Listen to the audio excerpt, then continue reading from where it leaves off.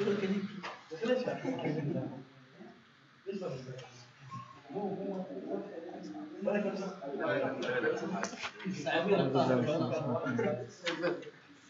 today it's a hemodynamic disorder.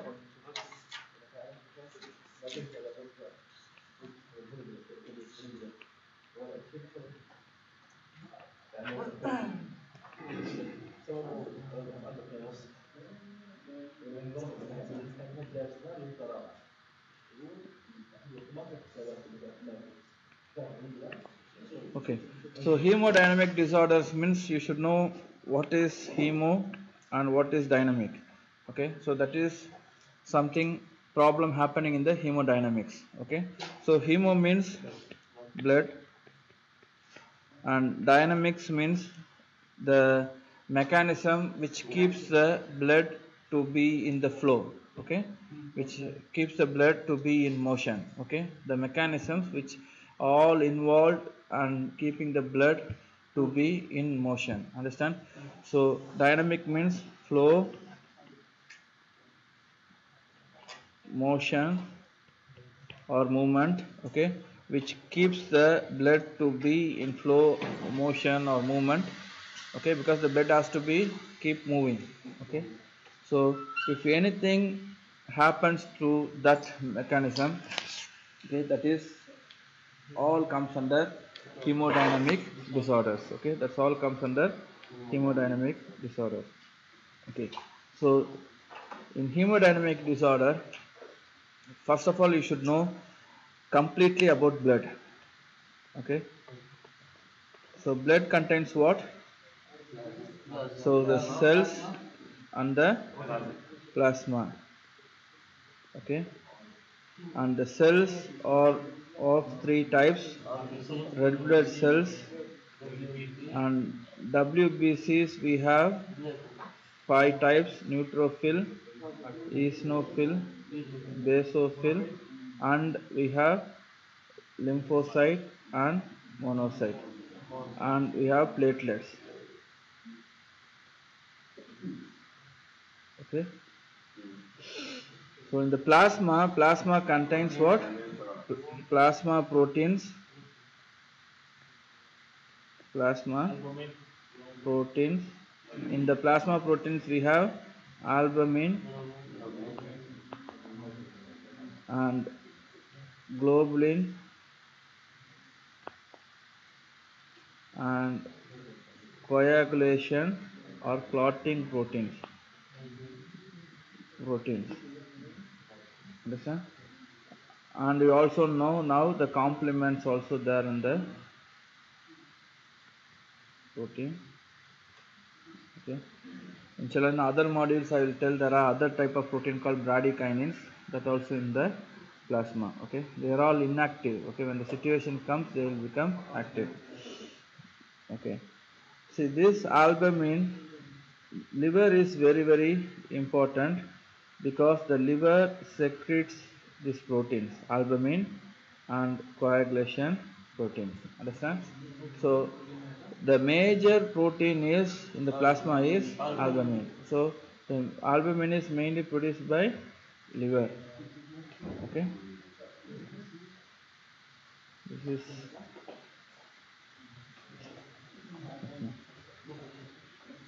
understand. So next you should know about the blood vessel, the pipe which the blood flows. Okay,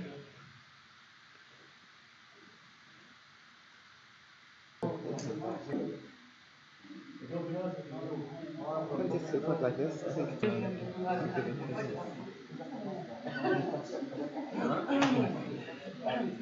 so let's talk about blood vessel. Okay, so the blood vessel is a pipe which the blood flows, right? So the pipe should be good. Okay, so you should know a little bit more about the pipe. The blood vessels are lined by endothelial cells. Okay, and I'm drawing the blood vessels at the level of capillaries. Okay, at the level of capillaries. So when at the level of capillaries there is a gap between the endothelial cells. There is gap between the endothelial cells. Okay, so then it will become venule. Okay, then it will become venule. Understand? So this is the endothelial cells. Okay.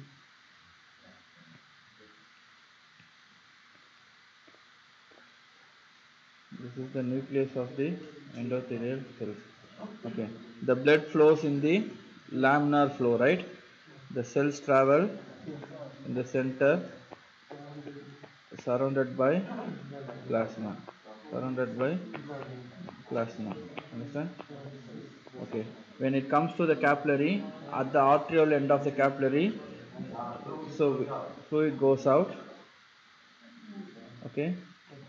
The fluid goes out due to why? Due to the hydrostatic pressure. Okay, and the fluid, when the fluid goes out, okay, this is plasma proteins. The plasma protein concentration increases. That creates a pressure called capillary colloidal osmotic pressure. Okay, so colloidal, you should not forget the word colloid. Colloid means protein. Okay, this pressure is pulling the fluid. Okay, this pressure is pulling the fluid. This pressure pushes the fluid out. Okay, so this is the mechanism involved in, these are the cells, right? These are the cells, and this is the interstitium, right? Interstitium. Okay, so this is the mechanism involved in the fluid exchange. Okay, so this is called fluid dynamics. The fluid moves out and comes back in. The fluid moves from the capillary to the tissues, okay, by means of hydrostatic pressure. Okay, and the fluid comes back by means of colloidal osmotic pressure. This colloidal osmotic pressure is created by the plasma proteins. Okay, basically plasma proteins. Which protein is more in the plasma? Albumin. Okay, which protein is more in the plasma? Albumin. Albumin is synthesized by liver. Okay, albumin is synthesized by liver. Okay, um, let's see how this hydrostatic pressure is created. Now you all know colloidal osmotic pressure is created by these plasma proteins, right? These are the plasma proteins. Now you should know how this hydrostatic pressure is created. Understand? This hydrostatic pressure is created because we need someone to start the pressure, someone to pump the blood, so the pressure will be created. So the pressure created at the center point, heart. Okay, you all know heart, right?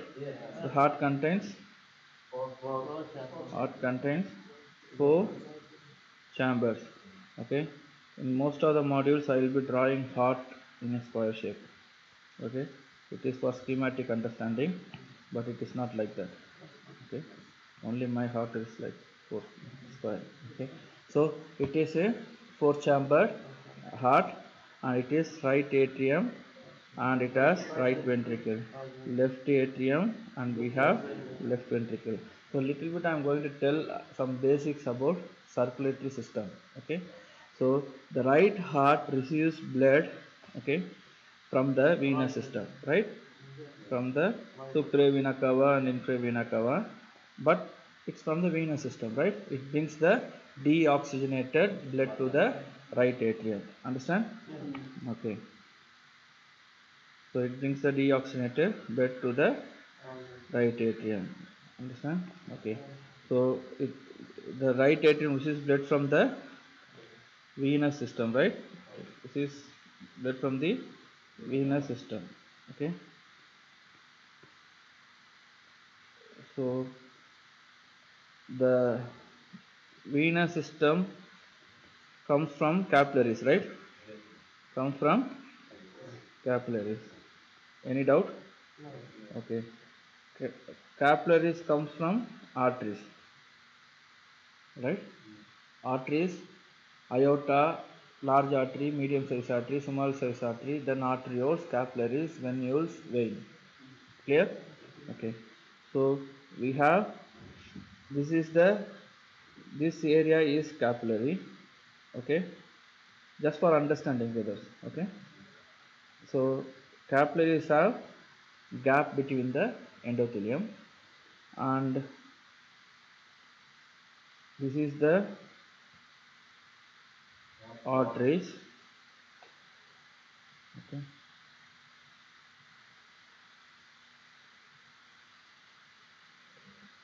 Understand, this is artery, okay. So once the blood enters the right atrium, right, blood enters from venous system to the right atrium. Once it enters right atrium, it goes to the right ventricle, okay. Okay, it enters the right ventricle, okay, and from the right ventricle it goes to the pulmonary artery, right, pulmonary artery, okay, then pulmonary capillary, then pulmonary vein, okay, then it enters the left atrium. Understand, the only artery which carries the deoxygenated blood is pulmonary artery. Any doubt? Because the blood enters in the right atrium from the venous system, it is deoxygenated blood, okay. Any doubt that? Okay, so once the blood enters from the right atrium, it enters the right ventricle, then it enters the pulmonary artery, okay, then it enters the pulmonary capillaries, then it goes to the pulmonary vein. In the pulmonary capillaries, what happens? It gives the carbon dioxide, takes the oxygen. The only one vein in our body which carries the oxygenated blood is pulmonary vein. Understand? So from the pulmonary vein it enters the left atrium. Once it enters the left atrium, it goes to the left ventricle by crossing the bicuspid wall or mitral valve. Okay. So once it enters the left atrium to the left ventricle, then it goes to the aorta. Okay. So how it goes to the aorta? Because every time this chamber is pumping the blood, okay, which is contracting. So it is systole. Okay. When they contract heart, we call it as a systole.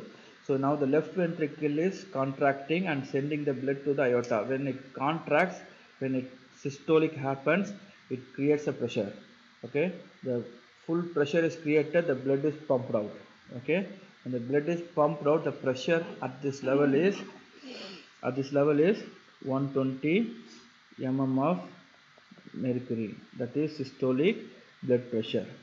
Okay, systolic blood pressure.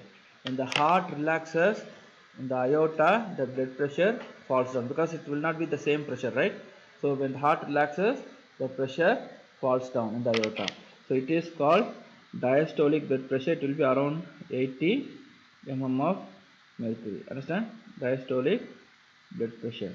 So this is how we are measuring the blood pressure. So we are measuring the blood pressure here in the artery. Okay, it is near to the heart. This side is near to the heart, right? This, if you measure in the right hand, it will be little bit lesser than the left hand, because left hand it is very near to the aorta. Okay, so what I'm trying to tell is, when the pressure from the aorta, it goes more or less here the same, aorta and this arteries. When it goes further down, the pressure goes down. Okay, the pressure slowly goes down. When it reaches the arteriole, the pressure will be 32 mm of mercury. Inshallah, I will be talking more about this pressure in the CVS module if I am taking. But you understand, when the pressure, it's a logic, right? When the pressure starts at 120, because the blood is flowing, so slowly nothing pump is there, no pump is there in between. So the pressure slowly drops down. When it reaches the 32 mm of mercury at the arteriole, that pressure, because there is a gap, right, in the capillary. That pressure, 32 mm of mercury of pressure can send 14 ml of fluid out. 14 ml of fluid per minute out, okay, to the tissues. Understand? So when the pressure pushes the fluid, that is hydrostatic pressure. So this is hydrostatic pressure, that is capillary. The pressure is in the capillary, right? It is called capillary hydrostatic pressure. Okay. When it sends the fluid out, what happens here? Colloidal, we have plasma protein concentration increases, right? The plasma protein concentration increases. This is colloidal osmotic pressure created by the protein, so we call colloid.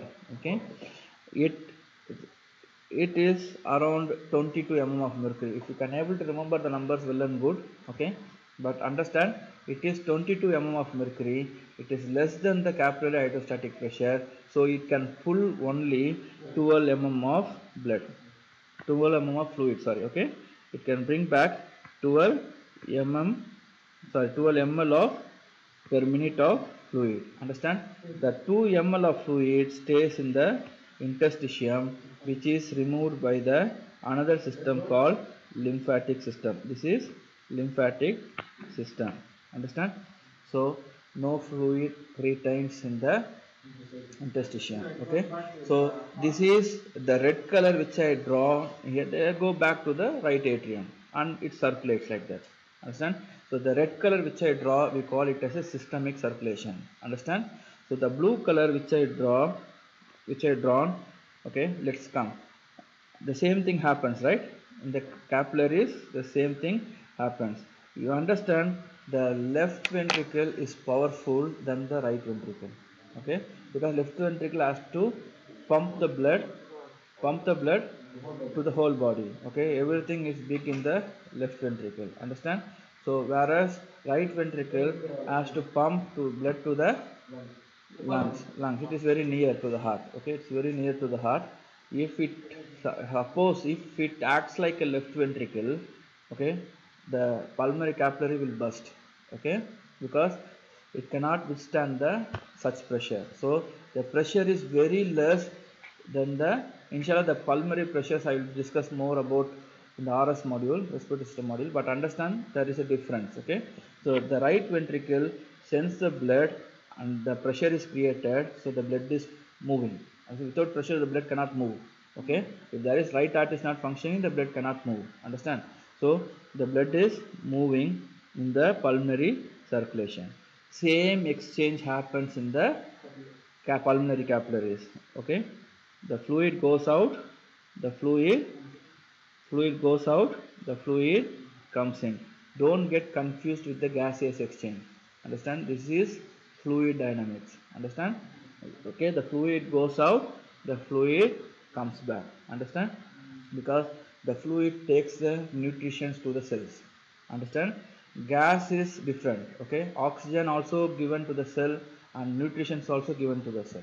Okay, so the fluid exchange basically takes the nutrition, electrolytes. Okay, if you give a drug, it takes the drug. Understand? It's all taken by the fluid. Understand?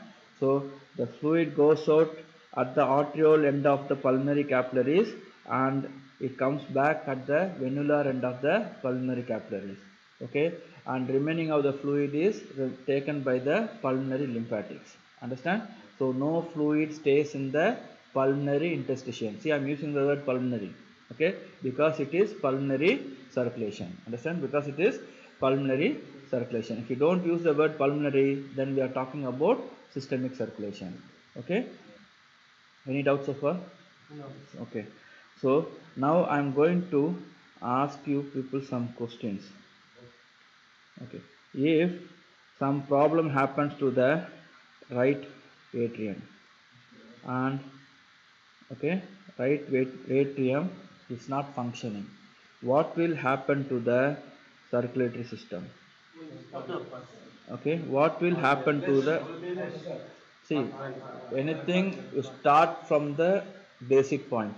Okay, starting point, the blood has to enter from here, right? So if it is not functioning, what will happen? The blood cannot come, right? When blood cannot come, blood stayed there. Okay, the blood gets more there. Understand? Okay, when the blood gets more in the venous system, we call congestion. We call congestion. Understand? So okay, when the blood congestion, okay, when the right heart is not functioning, the blood gets accumulated. Okay, it is in the right artery side or venous side? Venous side. It is in the venous side, so we call it as congestion. Okay, uh, jahma. Okay, what traffic? Okay, congestion. Okay, understand? So my pronunciation is wrong maybe. Okay, congestion, you understand? So this is congestion. Okay, when the congestion happens, what happens to the pressure in the venous side? Pressure decrease, right? Decrease or increase? Really? Okay. Decrease or increase? Anyone? Increase. Increase, sure. Real increase. Okay. Okay. Thanks for telling it increase. Okay, the pressure increase. Understand? When the pressure keep on increasing, right? Because that cannot move. Okay, the what will happen to the pressure here?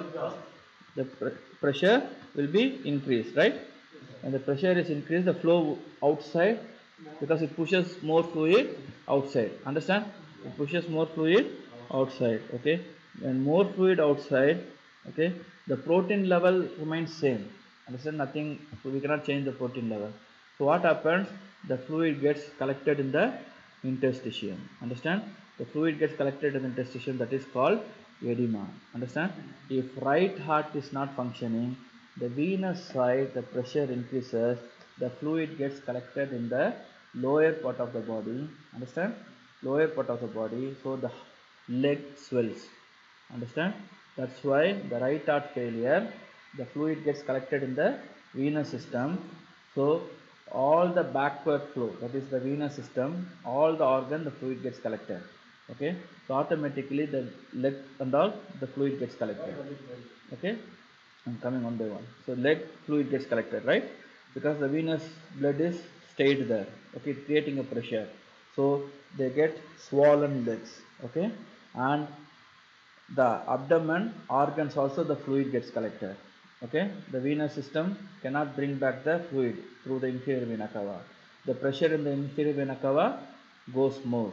When the pressure in the inferior vena cava goes more, because inferior vena cava brings the fluid from the lower part, right? The pressure in the vena cava gets collected. Understand? So automatically we get swollen abdomen. Abdomen gets swollen. Understand?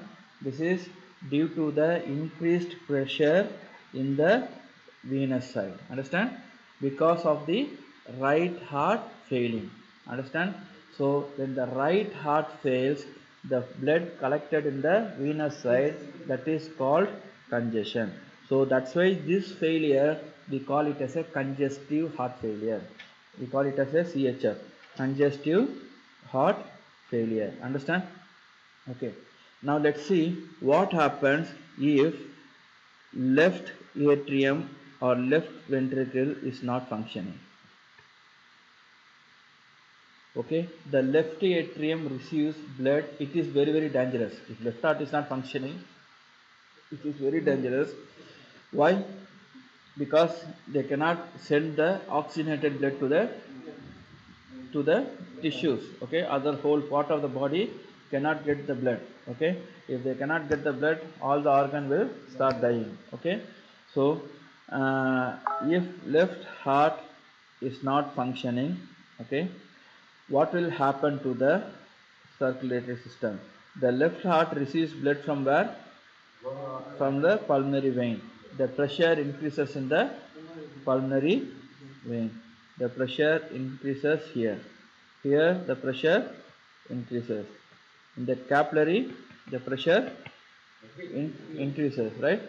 So what will happen? Fluid goes out. When the fluid goes out, what happens here? Edema. Edema happening where? In the lung. It is called pulmonary edema. Understand? When the edema is so severe, I told the interstitium is very small in the lung, right? It is very small, alveoli capillary, very close. If fluid comes in between, the space is not there. Okay, immediately more fluid coming, they will rupture the alveoli. Okay, they will rupture the alveoli. The fluid comes to the alveoli. When the fluid comes to the alveoli, because the left heart is not functioning, the patient is started dying. Okay, now the fluid is collected in the lung. Lung cannot breathe. Alveoli gets the fluid. The lung person cannot breathe. So what happens? The fluid and the air mixed and come out of the mouth. Okay, so that is called frothy means bubble, frothy sputum, understand, frothy sputum, you understand. So when you see a patient coming frothy sputum, which means his lung is collapsed. Okay, his alveoli are ruptured, understand. So it is literally end stage, it is difficult to save the patient, understand. So when the person is having some chest pain, left heart is failed, myocardial infarction on the left heart, automatically what happens? The pulmonary system, the pressure gets more, hydrostatic pressure gets more, and it forms pulmonary edema. The pulmonary edema is so severe because it breaks the alveoli and the fluid and the air comes out. Understand? So it produces a bubble frothy sputum, and that after that the patient will collapse. Okay, so we ask question after the class. Okay, you understand.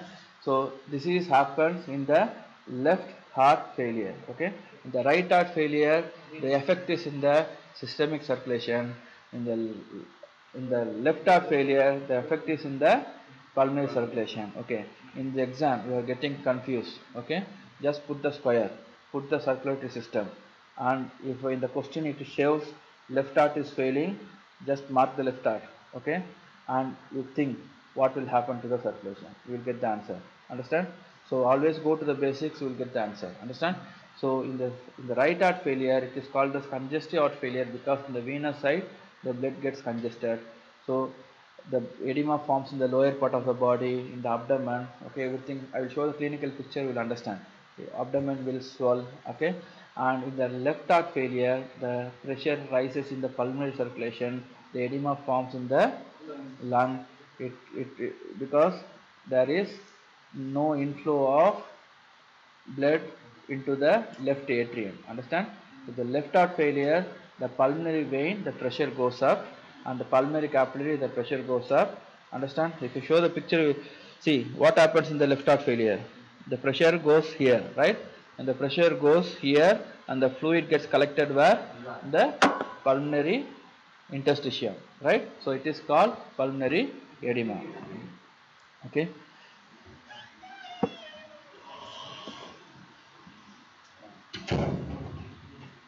okay, again.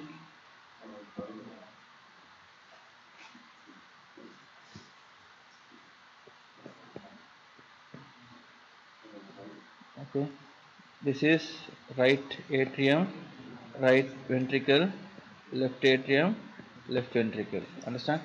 Okay, so the blood comes from the venous system. Okay, and this is systemic circulation, understand. This is systemic circulation. Okay, and from the right ventricle, it goes to the lung. Okay, and it goes to the left atrium, right. From the left atrium it enters the left ventricle, from the left ventricle it enters the aorta. Okay, so now so far we discussed about any problem in the hydrostatic pressure. Okay, so let us discuss about let us discuss about what happens if anything problem happens in the colloidal osmotic pressure. Okay, so you all know the liver secretes the albumin and it enters the circulation, right. It enters the circulation. Any doubt? Okay, so and we have, if the blood collects the waste, when the fluid goes inside and the fluid comes out of the tissue, the waste products also collected. Okay, So the blood goes to the kidney to filter the blood. Okay, the blood goes to the kidney to filter the blood. Okay, goes to the kidney to filter the blood. Understand? They go to the kidney to filter the blood. Clear? Okay. And we need nutrition, right? It comes from the food. So there is a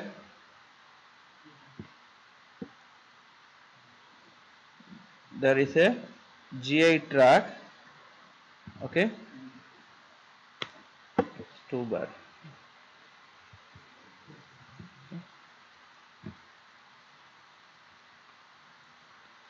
So the GI tract should be look like a GI tract.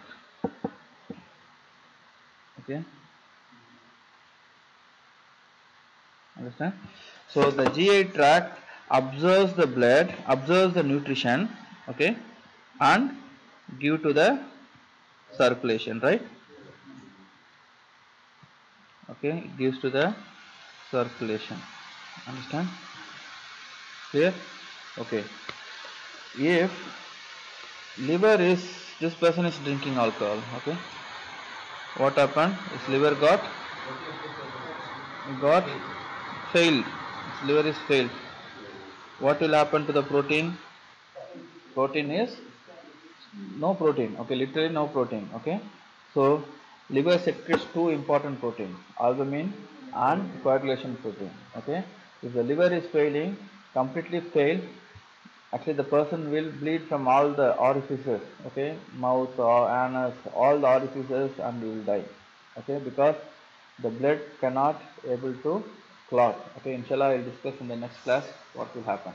Okay, now the liver is failing, the protein is decreased, right? The protein is decreased. Understand? Automatically colloidal osmotic pressure decreased. So when the colloidal osmotic pressure decreased, they cannot pull back the fluid.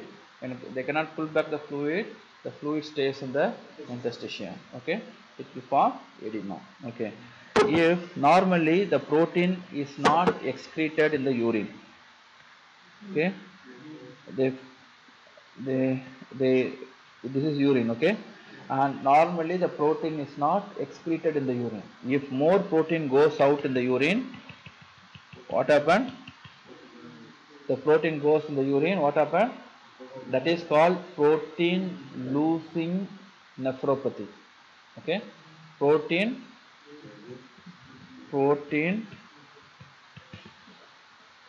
losing, nephro means kidney, some pathy means disease, nephropathy. The most commonest one is called nephrotic syndrome. You should know this, nephrotic syndrome. Okay, the protein is losing, so automatically the protein gets decreased, the colloidal osmotic pressure decrease, it will create edema, right? Understand? This is due to renal cause. We call it sometimes it as a renal edema, some call it as a renal edema. Understand? Some they call as a hepatic edema, because due to hepatic cause. Understand? The concept here is decrease the colloidal osmotic pressure. Okay, that is the concept. Because one of the students asked what is hepatic edema, renal edema. Okay, so it's all given, different names given, but if you understand the concept, you can explain anything. So what happens if something happens to the liver? It reduces the, no albumin comes, automatically reduces the colloidal osmotic pressure. It leads to edema. If some problem comes to the kidney, more protein goes in the kidney, it reduces the colloidal osmotic pressure, that creates the edema. Okay, now coming to the GIT. If the proteins are not observed, okay, if the proteins are not observed, and instead of that they are going in the fecal, that is called protein losing gastroenteropathy. Understand? So automatically the protein is decreased in this condition, right? It will reduce the colloidal osmotic pressure and they will produce edema. Understand? Okay, now you all understand about hydrostatic pressure, and now you all understand colloidal osmotic pressure. Okay. Now you all know there are some lymphatics, right? In the tissue, they take the extra 2 ml of fluid. Okay. If something happens to the lymphatics, okay, something happens to the lymphatics, the 2 ml of fluid cannot be removed. So slowly it gets accumulated and they will produce edema. Okay. So what can make the lymphatics into problem? For example, there is a tumor here. Okay. There is a cancer, okay, growing, and it can obstruct the lymphatics, or the cancer cells can grow into the lymphatics. Understand? Okay. Or the some parasite, they love lymphatics, they grow in the lymphatics. Okay. Understand? Or during surgery, they may remove the lymphatic. For example, in the breast cancer patient, we remove the breast along with the lymph nodes. Okay. So this area of the lymphatics is cut. Okay. So this hand gets swollen. Understand? So I remove the breast along with this area lymph node, so the connection is lost. Okay. So automatically the fluid cannot come back here. Understand? So the fluid stays here. So the hand swells. Okay. That is called lymphedema. Okay. Due to the dissection of the lymphatics. Okay. I dissected the lymphatics. Okay.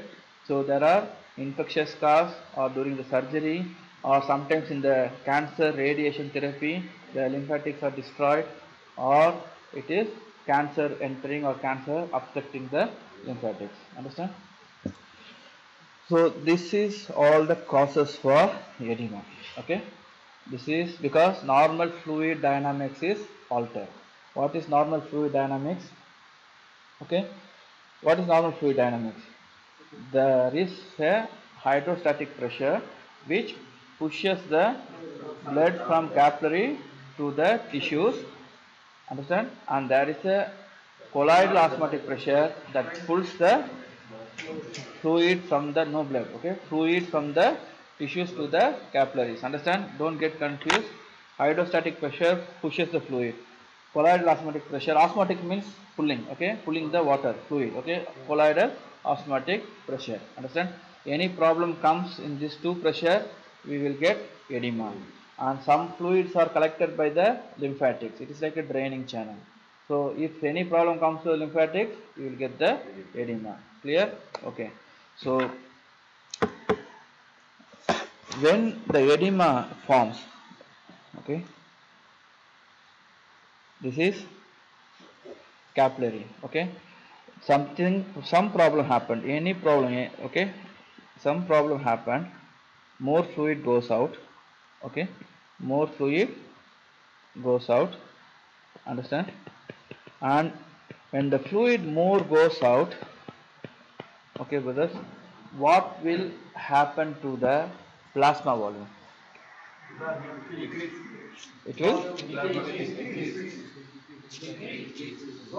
see, when fluid goes out from the capillary to the interstitium, what will happen to the plasma?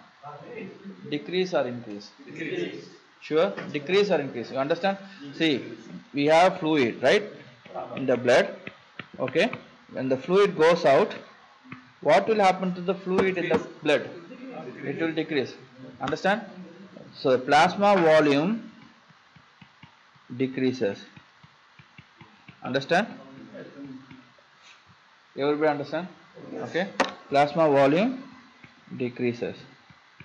When the plasma volume decreases, we have kidney.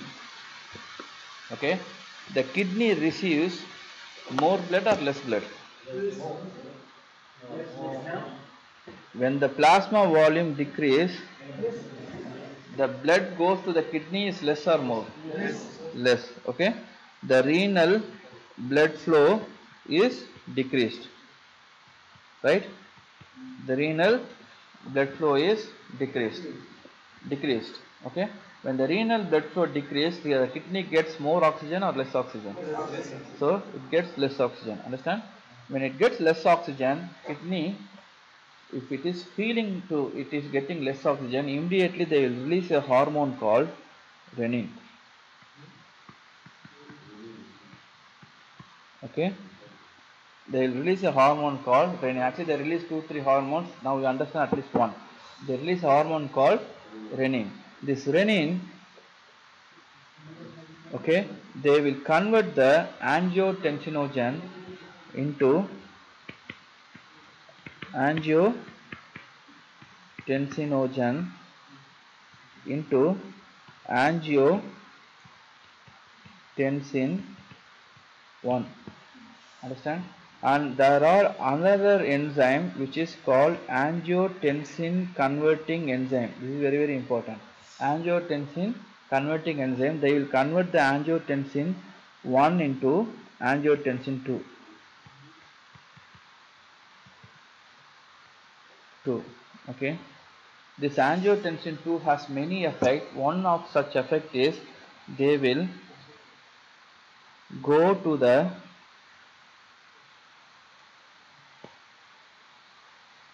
what is that crown? Adrenal gland. They will go to the adrenal gland and they will secrete aldosterone. This aldosterone come to the kidney and they will absorb sodium. Understand?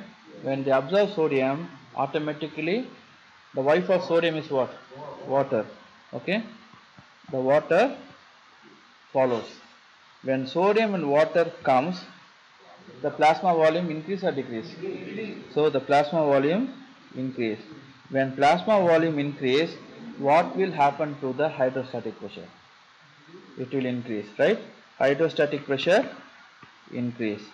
Understand? When the volume increase, the pressure increase. When the volume increase, the fluid increase, the pressure increase. So again more fluid goes out. Okay? Then the plasma volume decrease. Then renin release. It is like a cycle. Understand? So that's what edema is a sign of a disease. Understand? Until you correct the disease, this edema keep forming. Understand? So you should understand this concept. Okay? So that's why what we do is some patient it is difficult to correct the edema. Okay, when you move to the other modules, you will understand. In some patient, it is difficult to correct the edema. So in some type, and they also increase the blood pressure. Okay, they also increase the blood pressure by making vasoconstriction. So we put a drug called ACE inhibitor. Okay, and now it's a very famous drug called angiotensin receptor blockers. We call ARBs. They block the angiotensin receptors. Okay, you understand? This is very important because you will not understand the mechanism of the drug action. Okay, and why we are giving. Okay, especially if you give this drug angiotensin receptor blockers, you are saving the kidney. Inshallah, in the GE2 module, I will explain more. Now the concept here is when there is edema formation, decrease in plasma volume happens because the fluid goes out. The fluid goes out, automatically the plasma fluid is going out, the plasma fluid decreases, automatically the plasma volume decreases. Who said increase? See, this is plasma. Okay, the fluid is going out. When the fluid goes out, you have a bag of fluid, that is a hole, the fluid is going out. What will happen to the fluid in the bag? It will decrease. Clear? So when the fluid decrease, that is we call it as a plasma volume decrease. When the plasma volume decrease, the kidney receives less blood supply. When the kidney receives less blood supply, they release the renin. The renin will convert angiotensinogen into angiotensin 1. Then angiotensin 2 is formed by enzyme angiotensin converting enzyme. Okay, this angiotensin 2 will go and stimulate the adrenal aldosterone comes. Then aldosterone comes to the kidney and they will take all the sodium and the wife follows water. Okay, and sodium water once comes, automatically you are getting the fluid back. When the fluid comes, automatically the plasma volume goes up. When the volume goes up, when the fluid goes up, the pressure goes up. Again, the edema forms. Understand? So it becomes as a cycle. Understand? So that's what you have to identify the cause of the edema. Why? What is happening? Which pressure is affected? Whether it is colloidal osmotic pressure is affected or hydrostatic pressure is affected. Understand? So what main causes could be of any heart problem, kidney problem, or liver problem. Okay, or problem in the gastrointestinal tract. Understand? So these three, kidney, renal, aldosterone, it is related to the protein oncotic pressure. Okay, heart is related to the hydrostatic pressure. Okay, heart is related to the, because the hydrostatic pressure is created by the heart, because it systole creates 120 mm of mercury, diastole creates 80 mm of mercury. Understand? So once again I will explain this as a summary. Okay, so you all know now. I'll start from the first because some students came late.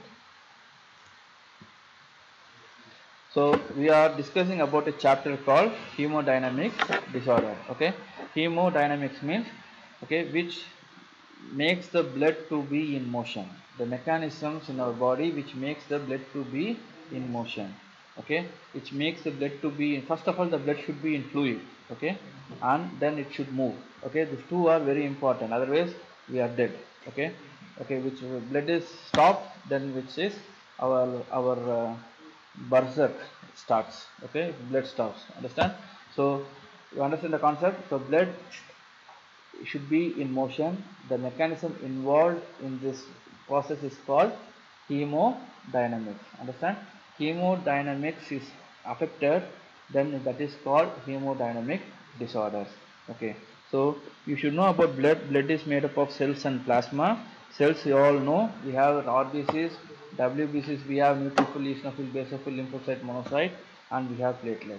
In plasma we have plasma proteins. Plasma protein is made up of albumin, globin, and coagulation protein and complement proteins. Okay, so then we have electrolytes and water in the plasma. Okay, so okay, so how the fluid goes for exchange. Okay, the how the fluid goes for exchange in the, at the level of capillary. Okay, at the level of capillary, so there is a hydrostatic pressure which pushes the fluid out, and there is a colloidal osmotic pressure that brings back the fluid. Okay, now you all know the liver secretes the major amount of plasma protein, so that's why the colloidal osmotic pressure is created. Okay, now I am going to discuss about how this hydrostatic pressure is created. Okay, so when the left heart pumps the blood to the aorta, okay, when the left heart pumps the blood to the aorta, automatically what happens? So it gets a pressure in the aorta. When it is systole, 120 mm of mercury. When the heart dilates, the blood is not pumping out. Okay, automatically the blood went to 120 mm of mercury, then it comes down. When it comes down to 80 mm of mercury, again the heart pumps. Okay, then it goes to 120 mm of mercury, then it comes. Okay, so this is hydrostatic pressure. Understand? So when there is 120 mm of mercury at the level of aorta, then it goes to the other arteries, then it goes to the arterioles. Slowly the pressure goes down because we don't have pump there. Okay, the slowly the pressure goes down. So when it reaches 32 mm of mercury at the arteriolar end of the capillaries, it sends the 14 ml of fluid out. Okay, then colloidal osmotic pressure is created, then it brings back the fluid. Okay, the colloidal osmotic pressure on average is 22 mm of mercury, so it can bring back 12 mm of 12 ml per minute of fluid. So 2 ml remains there. The 2 ml is goes through the lymphatic system. Understand? Okay, so if the right heart is not functioning, what will happen? The venous blood brings the blood to the right atrium. If right heart is not functioning, the blood gets collected in the venous system. When the blood gets collected in the venous system, we call it as a congestion.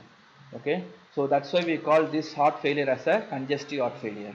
When the blood collected in the venous system, the pressure in the venous system goes up.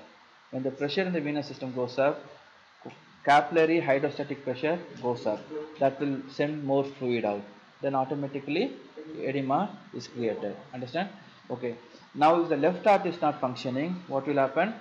The pulmonary vein, the pressure goes up. Okay, because the pulmonary vein brings the blood to the left atrium. If the left heart is not functioning, the pulmonary vein, the pressure goes up. The edema forms in the pulmonary interstitium in the lung. If the edema is so severe, alveolar ruptures and the fluid and the air both together comes out as a frothy sputum. Okay. So this is all related to the hydrostatic pressure. Okay. So what happens if the protein is not synthesized by the liver? Colloidal osmotic pressure goes down. If the protein lose in the urine, that is called protein losing nephropathy, otherwise called as nephrotic syndrome, the protein is getting lost. So colloidal osmotic pressure goes down. And in protein losing gastroenteropathy, protein loses and colloidal osmotic pressure goes down. So if the colloidal osmotic pressure goes down, they cannot pull back the fluid. When they cannot pull back the fluid, it creates edema. Understand? It cannot pull back the fluid, it creates edema. Okay. So when the edema forms, the plasma volume reduces, renal blood flow reduces, automatically tissue gets slight hypoxia. Immediately, I mean kidney gets slight hypoxia, immediately it will secrete renin. Renin, once it is released, it will start converting the angiotensinogen into angiotensin 1. Then the actually endothelium has the endothelial cell wall has angiotensin converting enzymes. Okay, if angiotensin 1 travels in the blood, because endothelium is there, right? Immediately the enzyme is sitting on the endothelial wall. Immediately they convert the angiotensin 1 into angiotensin 2. Once the angiotensin 2 comes, it becomes very active. They go to the adrenal cortex and secrete aldosterone. This aldosterone comes to the kidney, take the sodium and take the water. Actually, when they take the sodium, they are throwing the potassium. At least you understand now. They are taking the sodium and they are taking the water. When they take the sodium and take the water, the plasma volume goes up. When the plasma volume goes up, the fluid goes up, hydrostatic pressure goes up. Again, edema forms. So it goes as a cycle. Understand? Okay.